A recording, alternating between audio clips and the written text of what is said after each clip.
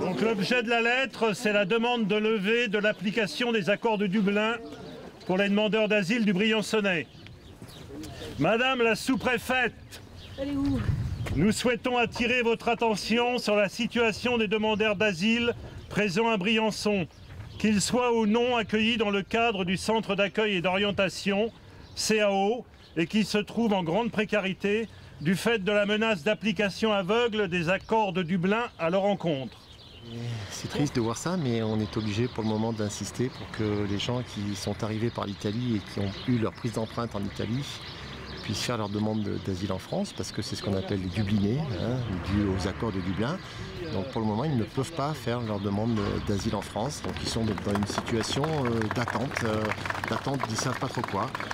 L'an dernier, à la même époque, le préfet avait permis que ceux qui étaient Dublinés puissent faire leur demande d'asile en France.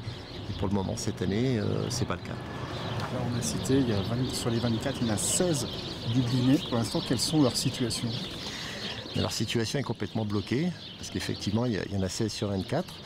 Et donc, ils sont en attente de l'acceptation du fait qu'ils puissent faire leur demande d'asile en France. Sinon, ce qui risque de les attendre, c'est qu'on les reconduise, comme ça s'est fait dans certains départements, qu'on les reconduise en Italie. Et là, vos prochaines actions, ça va être quoi?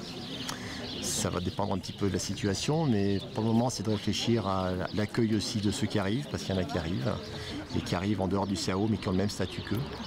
Donc il faut qu'on puisse s'en occuper, parce qu'on ne peut pas les laisser dehors dans la montagne actuellement. Donc il faut vraiment qu'on ait une action humanitaire.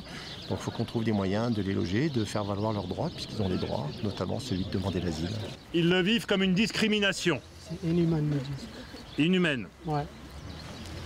On arrive déjà à la traversée qu'on a fait, c'est déjà insupportable. Le vécu qu'on a vécu chez nous, c'est insupportable. On arrive en Italie et prend les empreintes et nous jette dehors. Et on arrive ici, ils ne nous acceptent pas à faire une demande d'asile. C'est comme si on est de moins que rien.